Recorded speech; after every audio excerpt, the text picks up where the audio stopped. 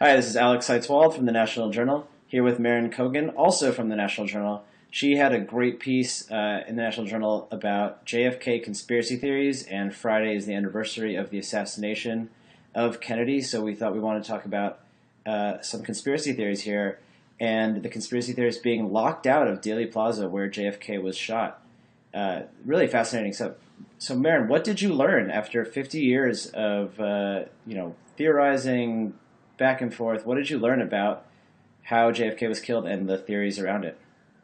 Well, basically, what I focused on in this piece was the very specific fight happening over who gets to be in Dealey Plaza on the 50th anniversary of the assassination, which, as you noted, is this Friday, and how this had sort of become symbolic of larger fights for both the conspiracy theorists or researchers, as they call themselves, and the city of Dallas. The researchers and the conspiracy theorists have been going there every year since 1964, and this year Dallas, knowing that the international and national media would be watching, decided to hold their own event and essentially shut out all of the conspiracy theorists. So it's really become this war over who gets to be in Dealey Plaza on the 50th and who gets to sort of define and own the 50th anniversary of the assassination. So, what was the most surprising or interesting thing you learned about these theories? I think actually the most interesting thing I learned is how this debate is still raging to this day, not just over the sort of the technical details of the assassination or the conspiracy theories, as you mentioned, but just like the chance to get it out into the public, how much that is still a big deal to the conspiracy theorists. Like I said, this is their last best hope as they see it. But the thing that really, really struck me was Dallas's sensitivity 50 years after the assassination. I knew a little bit about how Dallas was sort of given the inauspicious nickname City of Hate after, and it became sort of known as this hotbed of political extremism. And I understood that that was really controversial at the time, but I didn't really think that that had carried on to this day. And the evidence that I saw based on my reporting and talking to the city was that people are still really sensitive, and they sort of see this as their opportunity to show the world, not just the country, but the world, that the city is a very different place. Yeah, and they don't want the conspiracy theorists there to kind of taint it, I imagine. Or at least Yeah, and it's interesting because, like I said, this has been going on since 1964. This sort of early left-wing newspaper owner named Penn Jones Jr., he owned a small Texas newspaper, and he would go to the grassy knoll each year starting in 1964 to hold a moment of silence and to raise awareness about, his idea that the assassination was a conspiracy. And as the years went by, it sort of became this almost spiritual event for people to go and sort of connect and gather together and see that, there were other people that felt like them. They could leaflet people as they were walking by. Occasionally, though, there were, sort of more circus-like elements. You had people sort of walking around, impersonating Jack and Jackie. I remember reading an anecdote about a guy sort of driving around the plaza with them popping out of coffins. So wow. There's a reason why, the city of Dallas wanted to sort of take over and make sure this event was tightly controlled. It's just been really hurtful for the people who, have been going for the last 45 years who all of a sudden can't go this year. Yeah. We talk about this, and we call them conspiracy theorists, and that's obviously a derogatory term, and it's usually used to dismiss people who hold views alternative to the official narrative, as it's often called. But polls actually show that most people don't believe the official narrative, which is from the Warren Commission report. And I know from talking to you a little bit about this that it's changed your thinking about the assassination a little bit. So talk a little bit about how doing the reporting and the research and really getting knee deep into this changed your thinking about this. Well, I would say it didn't necessarily change what I think about the assassination, which is I've learned how much I don't know, and I think I sort of felt that way from the very beginning. But I do think that we in the media tend to sort of lump all of these people together and dismiss them all as crazy, and I know that that's really, really frustrating for them. And in the case of the Kennedy, in the case of the Kennedy assassination, not all conspiracy theorists are created equal. There are researchers and there are journalists like your old colleague Jefferson Morley who have been doing investigative reporting and sort of trying to connect some dots without making any sort of grand judgments or theories about what really happened. But those people tend to get overwhelmed by the crazier conspiracy theories. And the other problem that they face is that they're really seen as the sort of original generation of all of the conspiracy theorists that are around today, whether it's the Sandy Hook truthers or the 9/11 truthers, and that is also a really, really debilitating problem for them. So I tried to treat them like humans, which is, a good way to treat your sources, I think. But yeah, I mean, if it confirmed for anything for me, it was just that there's so much more to learn. I mean, there are people who study this who specialize not just in ballistics or in anti-Castro Cubans in Miami at the time, but there are people who study just the presidential limo. It gets so granular, and people spend their entire lifetimes on them that, for me, I thought it was really good to focus on something that was new and was currently happening and sort of symbolic of something larger than to try to just lose myself in like the minutia of each conspiracy theory. Because, some people who have done that, Gerald Posner, for example, wrote Case Closed, 640-page anti-conspiracy tome. Vincent Bugliosi wrote Reclaiming History, 1,600-page. So you could just spend forever and ever and ever digging through this stuff. Yeah, absolutely. And I don't want to go down that rabbit hole, but I think we'd be remiss to not at least touch a little bit on the theories themselves. And I mean, Sure. even I was just reading something on CNN, an interview with a guy who's is kind of the prime debunker, or one of the prime debunkers out there of a lot of these conspiracy theories. And he even admits, and he says, there's a lot of questions that still remain, because the Warren Commission is just universally considered now to have been, a kind of rushed job full of problems. Larry Sabato, the University of Virginia professor, just came out with a new book, he's a really well-respected academic, kind of a mild-mannered political prognosticator by day, and he doesn't advance any particular theory, but everyone agrees that the commission is just full of holes, and that's where a lot of these people come in. So, if you could just talk a little bit about why people doubt the commission and some of the problems with it. Yeah, and I will say, Larry, to his credit, I've read a little bit of his book. He does not treat the conspiracy theorists and the researchers as all part of the same group. He distinguishes some people who have done good reporting and research on this over the last 10 or 15, 20 years, Jefferson Morley included.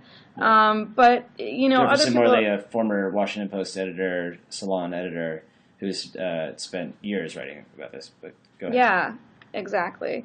But, other people have sort of touched on this better than I have, but I think the initial sort of Warren Commission, they released 26 volumes of it, right? And there were so many questions about it, and there were so many more government documents to be released, that it helped sort of fuel a lot of conspiracy theories from people. And then, the House Select Committee on Assassinations in the 70s concluded that it was likely not Lee Harvey Oswald acting alone. So this only sort of fueled more controversy. And then you go all the way up to 1991 with Oliver Stone's JFK, that sort of highlighted that there were still a bunch of government documents to be released. This caused a huge public backlash, and the conspiracy theories to rise again. And so finally, Congress passed the JFK Records Act, which mandated the release of all government documents by 2017. But there's still something like 1,100 documents, CIA documents, about the Kennedy assassination that aren't out yet. And so these things sort of continue to cause controversy and cause people to question the government narrative, because it still hasn't come out, and we're on the 50th anniversary. We don't have every single document out yet. Yeah, and they were under a lot of political pressure from the Johnson administration to conclude a report and to kind of move forward, which I can totally understand. If you're President Johnson, the country has just faced this hugely traumatic event, and you need to kind of take control and establish your legitimacy and move forward, and you don't want to get caught up in a debate about what happened to JFK. You want to move forward with your agenda. So I can understand where that's coming from, but it kind of set this precedent that we'll see in conspiracy theories again and again and again of the government, withholding documents, being not totally transparent, and any time that they're not, which is just the nature of any government or any large organization, they're always going to withhold documents. But anytime they do that, it leads people to assume, well, if you're hiding something, you must be hiding something devious or malevolent or something like that.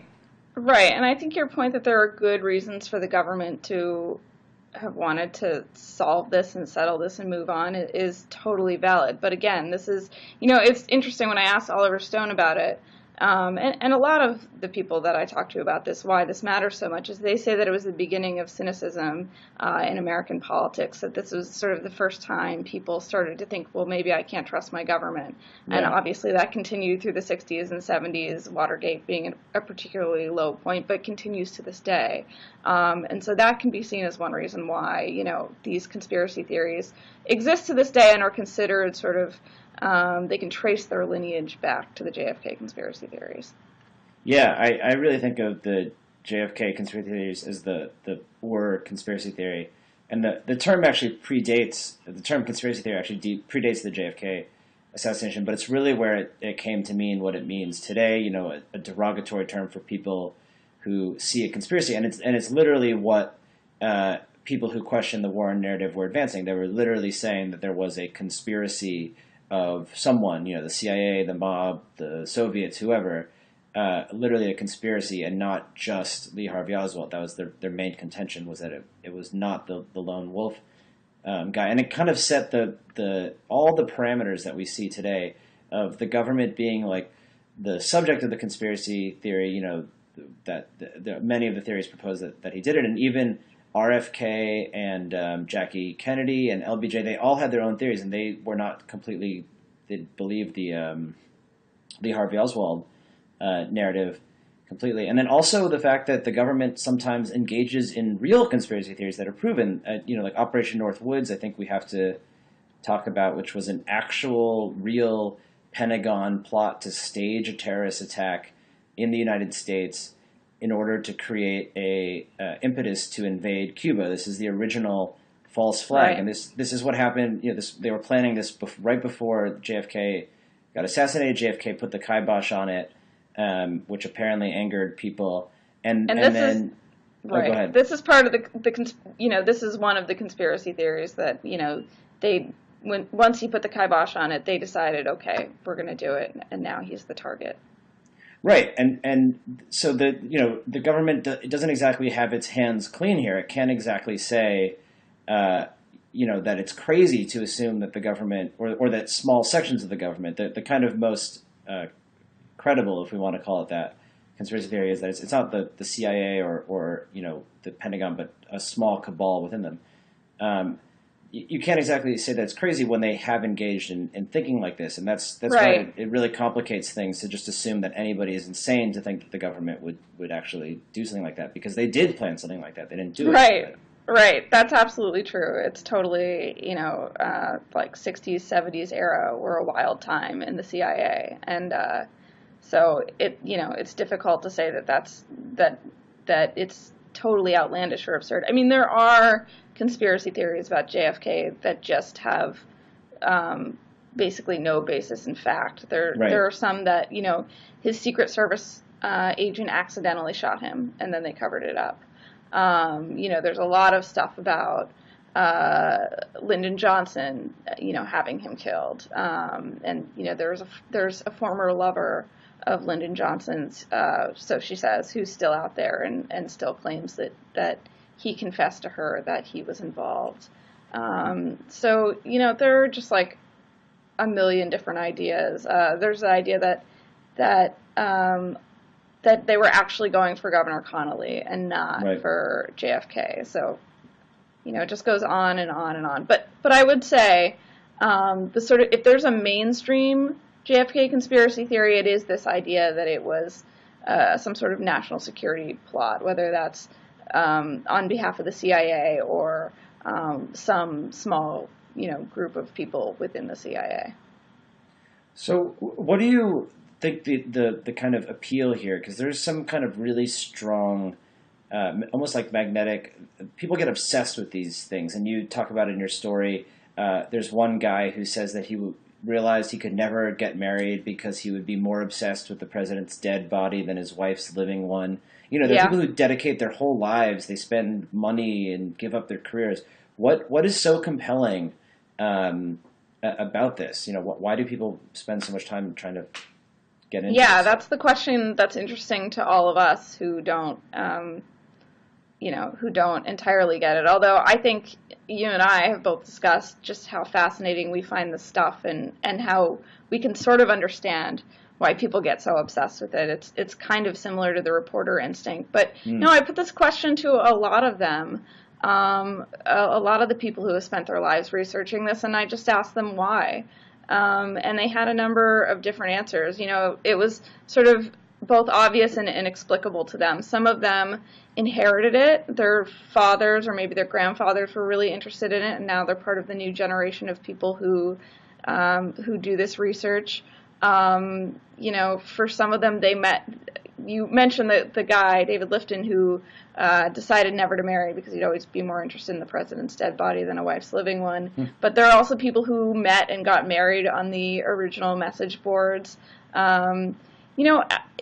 If you're interested and you're curious in investigating stuff and exposing wrongdoing, then it's a very appealing thing. But the reason I think for a lot of them that this holds such huge importance is back to what Oliver Stone said, that they think that this is the beginning of the moment that Americans lost trust in their government, and it continues up to this day. So they're still, they don't think that this is a past issue. This is a sort of present issue for them. It still continues, and it sort of continues in everything. So, yeah, I mean, it's so important. I'd add my own conspiracy theory, maybe here. Yeah, please. Which is that I think a lot of these, not every conspiracy theory, but a lot of them are about a search for meaning. It's almost like a fable. I mean, the idea that's some random guy, Lee Harvey Oswald, with a gun was able to kill the most important, powerful, beloved man in the world, or one of the most beloved men in the world. It just doesn't seem right. It can't be right. That this horrible, tragic thing happened to an entire country because of one single nobody guy. It just can't be right. So it's this quest to assign meaning, like some kind of bigger reason for it, that there was some bigger purpose for what was going on here, even if it was a malevolent one. And I think it's the same thing you saw with the Sandy Hook killing, where it's too scary to believe in randomness and that some crazy guy with a gun killed all these kids.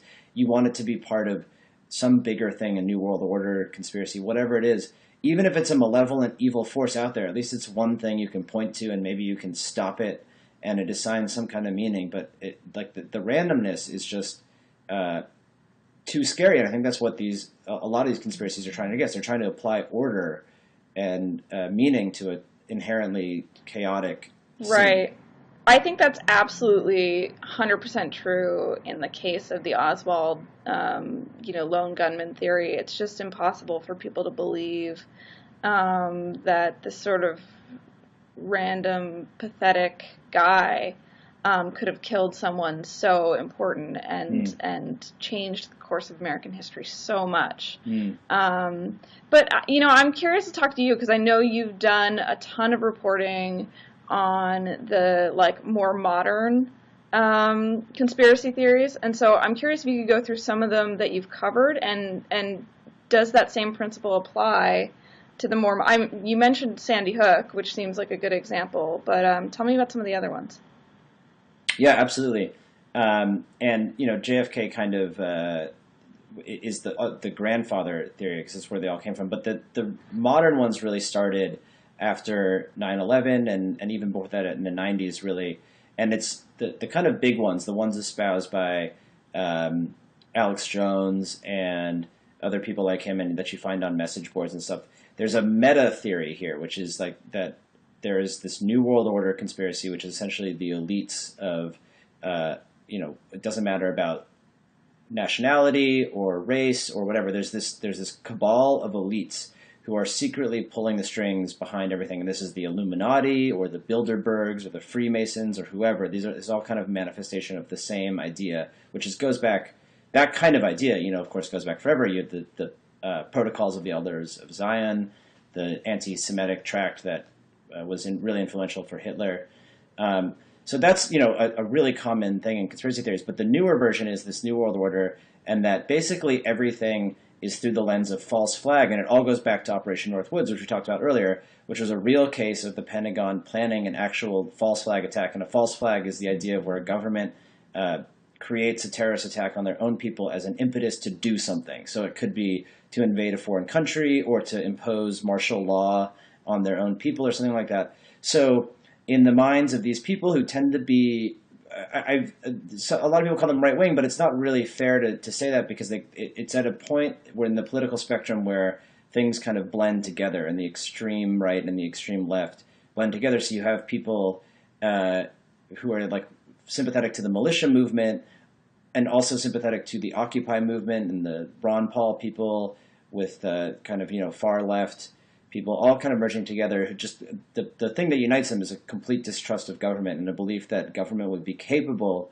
of bringing down the World Trade Center, blowing up Oklahoma City Federal Building. Basically every attack since then, the Boston bombing, Sandy Hook, these could all be viewed as a means to scare the populace, to keep them in control, to make them more willing to have a larger police state.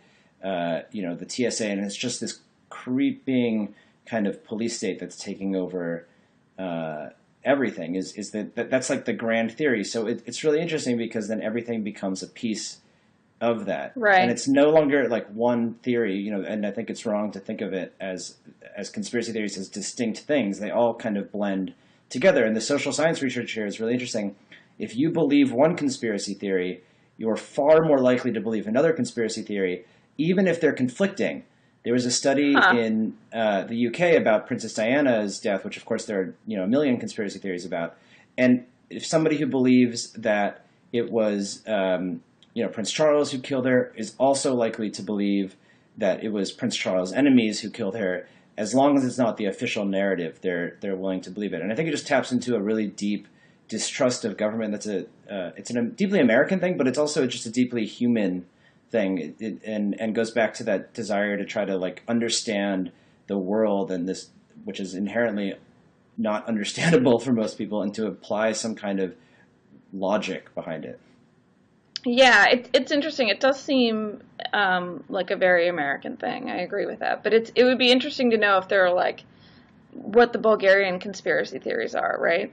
They must exist. We always say it's a very American thing, but paranoia, I'm sure, is not, is not a solely American characteristic. It's not unique at all. I mean, there Americans might be more fond of conspiracy theories, and there are poll after poll that show a majority of Americans believe some conspiracy theory out there. I mean, whether it's that vaccines give you autism, or water fluoridation makes you dumb on the kind of left, the Whole Foods Prius driving kind of set, or 9/11 stuff, or moon landing, whatever it might be, UFOs.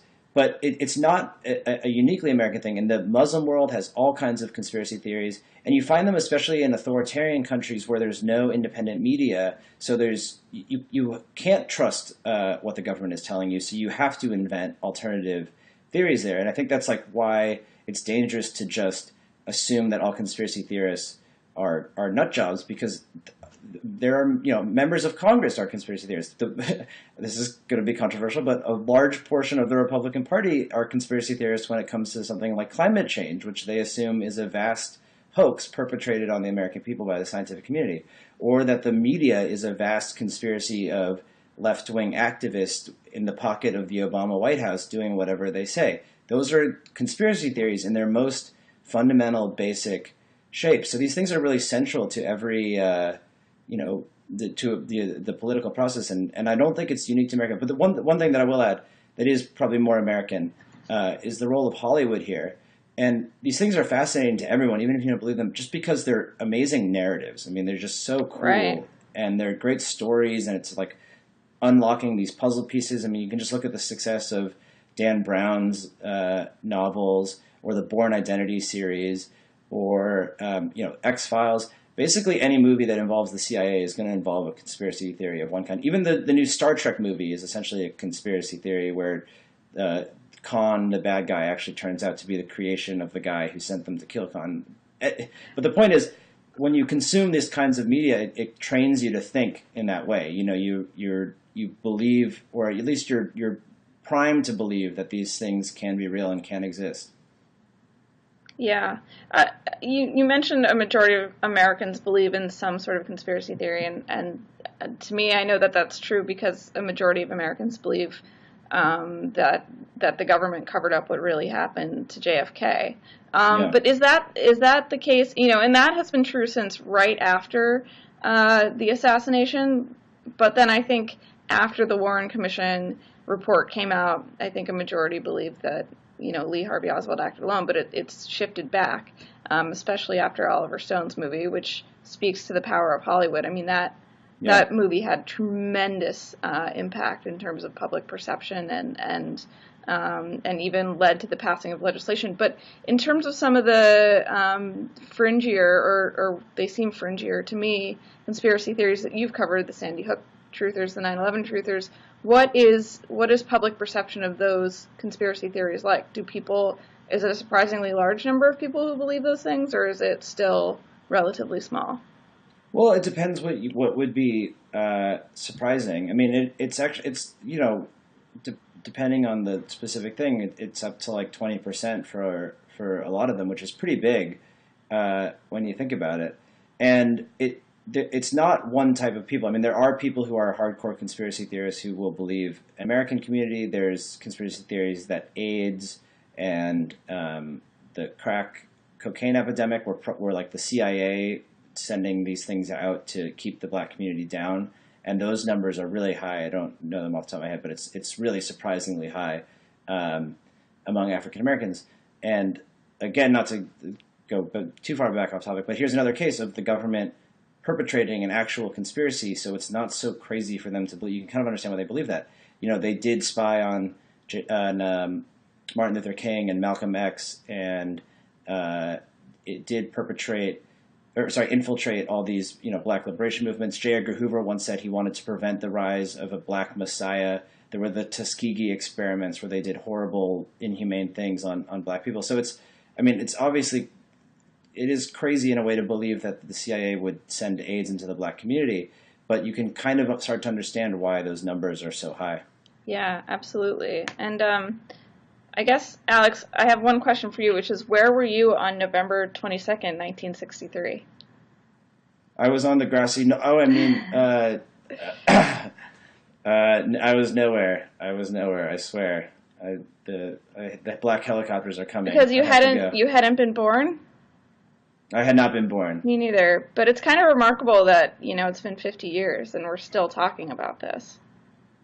Yeah, absolutely. And I definitely wanted to talk about that. I mean, where do you see these things going? Do you think that our kids will, the majority of them, will it continue? The majority of them will be doubtful of the Warren Commission report? Or will we know, when these documents come out in 2017, will there be a definitive take on what happened? Well, so I should say Jeff Morley thinks that with the release of the last documents in 2017, if they can actually get them, he thinks that there's a very good chance of a breakthrough, and he feels pretty confident that they're on the sort of cusp of figuring out once and for all what really happened. As for what our kids would think, our kids' generation, and I should say regarding the release of those documents, I don't know. I mean, I think Jeff is really smart, but he's the one who's been spending years on this. So I don't know that we're any closer. I know that polling shows that I think 77% of Americans, according to a CBS poll, don't think we'll ever really know the truth.